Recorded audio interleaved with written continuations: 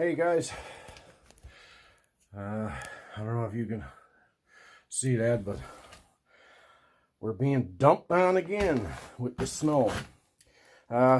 Welcome to the channel if you're new.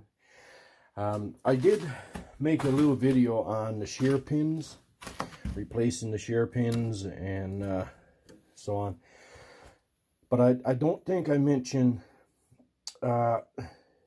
it's no good to change your shear pins if you don't check to make sure that your auger is not rusted onto the shaft.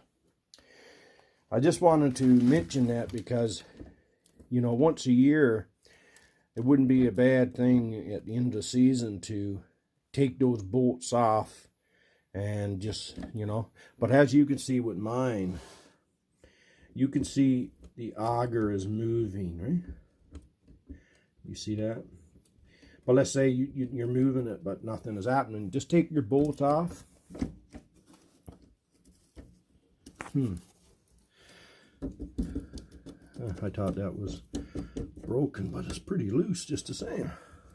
Anyway, just take your bolt off and try to move your auger. If it sees to rusted onto to your shaft, you're going to have to unfree it and then reinstall your shear bolts.